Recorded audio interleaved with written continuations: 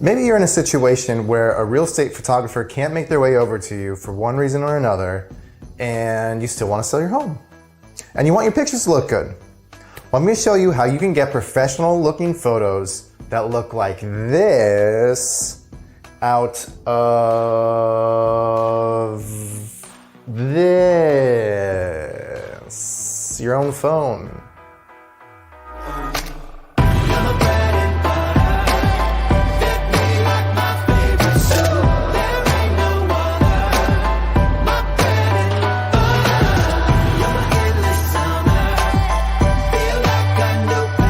So I'm going to take you through 3 phases that will show you how you can use your own phone, and any phone, for the most part, can do.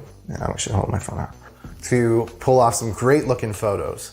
And if you hold on till the end, I'm going to have a little bonus section for a little bit of a real estate photographer's secret that can really take your photos to a whole nother level. So dive in with me and let's get it done. The first thing that we need to do is get our place prepped. I'm not gonna go prepping tips. So there's a lot of resources online. I'm not gonna go too in depth, and really you could get as far as to look up maybe some interior design things. But I think the biggest thing here is that there's things to avoid. So as opposed to things to really ramp up how it looks, that's for a different type of video. But we really wanna avoid some things that are gonna set people off in different ways. That's kind of extreme wording. We're gonna start in my kitchen. First culprit in the kitchen is going to be a trash can. Chances are it's freestanding, it's taking up space. Go ahead and either move it to a place where it tucks in nicely or get it out of there. Next thing, surfaces. If you have things on your countertops, get them out of there. They're taking up quality space. Last thing, I've seen this way too many times, get rid of those dishes in the sink. The #1 crime in any photo shoot is toilet seats up. Close those toilet seats. Also, bathroom sinks. We tend to have too much stuff on there. If there's toothbrushes, definitely get those off. And honestly, a lot of soap, things like that, you might want to remove those too. Also, let's go ahead and show what's behind the shower curtain, shall we? It doesn't have to be all the way open. That can look kind of weird too. And in this situation, the shower is actually, the head is on the other side, but we've got this nice looking plant. I've got a good angle. So I'm kind of being in my own criminal here and taking a picture that's not showing the shower head. We really want to show that shower head. This is just such a nice picture. I had to go with it. Bedrooms, and to a certain degree, living rooms. You might have made the bed and it looks nice for the first time in a long time, but you want to make sure that you're not seeing a lot of lines on those sheets as well. Make sure that's all as straightened out as possible. Sometimes even coming to the degree of using a different type of sheet.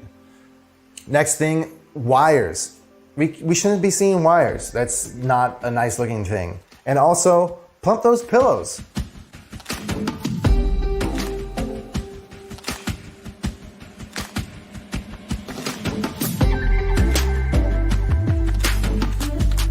First thing is camera settings. Everybody's phone is a little bit different here, so it's gonna differ depending on each phone that you're using. But in general, we definitely have some things that we can take a look at to make sure that we're getting them right. I'm using the Pixel 3 for the sake of this demonstration. In general, there are some settings that every phone is gonna have that's gonna more or less be similar. So in mine, one thing we want to do is make sure we're getting the best file size, the best file type. And in mine, I even had to turn on the ability to even select them.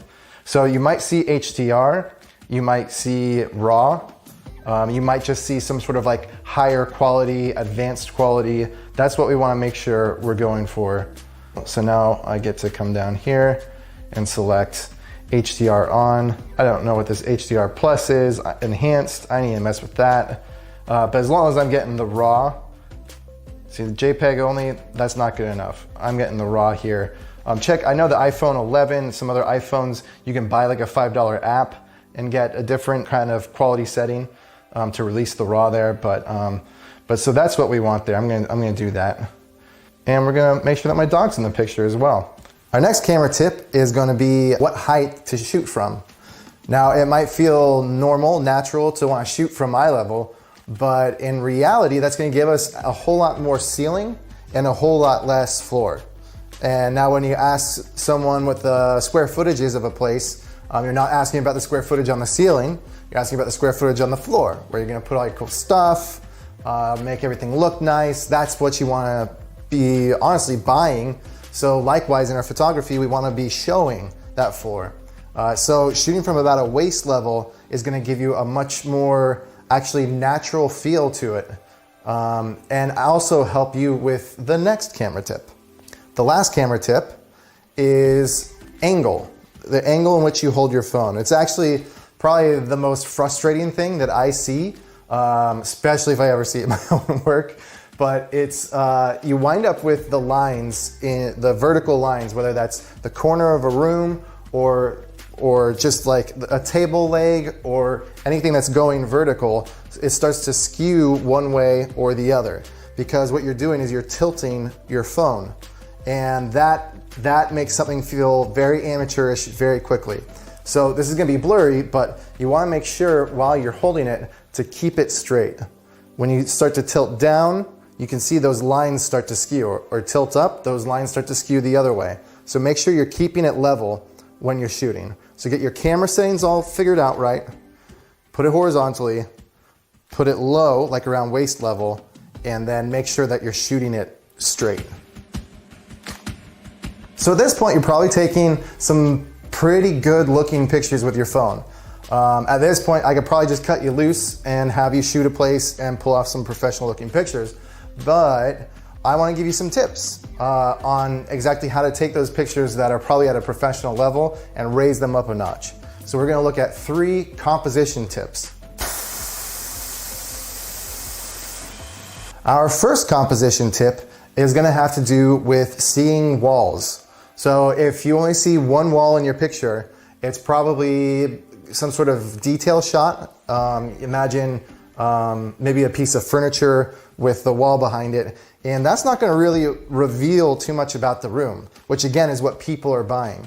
Likewise, with 2 walls, you're probably really putting the focus on something. The place I most commonly do that at is kitchens, to highlight 2 countertops and all the appliances. But if you can find a 3rd wall to get in your picture, that's going to be, you're going to be up against one wall, just barely getting it in your picture. And then of course the wall in the back, and then you're opening your camera up, your view up to the 3rd wall on the opposite side that you're positioned from. Your natural desire might be to find like those 2 windows and match that up. And that's not necessarily a bad picture, but in real estate, we are selling the entire floor space. So we want to find usually as many walls as we can. And there, when we open it up to 3, now we're getting that 3rd wall. That's going to give us more dimension to see what we're looking for. And that's going to actually give you the depth perception that you as a human is used to having to understand the layout of a room, the depth of a room. I mean, you could stop right now and just look straight forward, and you can probably see 3 walls where you're standing at. Assuming you're in a house or a building, you're going to see 3 walls, and that helps you to see the depth and to understand the relationship of different parts of the room. That's where real estate photography really starts to stand apart from other types of photography. We're going for recreating a space to a person, as opposed to catching the beauty of a moment. Sorry to sell out on beauty, but there's no room for that here. No, you can find beauty, but that's not the priority. So our next composition tip is going to be lines of sight. Take for example, in our bedroom, we've got a nice looking shot here, but there's a plant in the way down here in the corner. Now, at first glance, you might think, oh, that maybe adds some dimension to it or something like that. But again, that's not what we're going for here. So by moving that plant out of the way, we're going to open up the entire area around the foot of that bed, even the other side of the bed, and allow the viewer to gain a much better understanding of the room, as opposed to having like maybe a cooler looking picture because it has some foreground depth in it. So when you find a good position in your room, including our first tip with maybe 3 walls in it, and it really displays the room well, go ahead and make sure that you're getting a line of sight, and if you see something in your way, do your best to get it out of the way. Our last composition tip is, I just looked at subject. Okay. Subject is what I'm saying. We've already touched on how real estate photography is different, has a different purpose, a different priority than most other types of photography. And it doesn't come up any stronger than in what your subject is in your picture. So for example, we've got some beautiful light coming in. We've got this nice kind of stove top. We can put a little foreground in with a refrigerator and get the lovely tea kettle there. And before you know it, you've got this beautiful shot. And it's a beautiful shot that's absolutely meaningless to a person who's actually really looking to understand the real estate property and what they might be interested in buying. So you're actually, in some ways, wasting somebody's time by looking for these beautiful photographic shots that are of the wrong subject. But what we really want to do is show the kitchen for the most part. Every once in a while there's a reason for me to get like a little shot of a really nice appliance, if that's a selling point, but that's not what we were doing in that last shot. We were just showing how artistic we can be, and there's no room for that here. So by being able to come in here and get the wider scope of the kitchen, maybe include the refrigerator there as well, just by taking a few steps back and placing the subject on the room. In the picture I went for the kitchen, it was a little challenging to fit everything in. We have appliances on both sides. We have countertops on both sides. We've got a big refrigerator. It's a lot to ask for a camera phone to be able to capture that entire view. But by balancing some things out, by taking that step back, we are able to see the natural elements that the kitchen has to offer, and that's the subject. The elements that a room has to offer.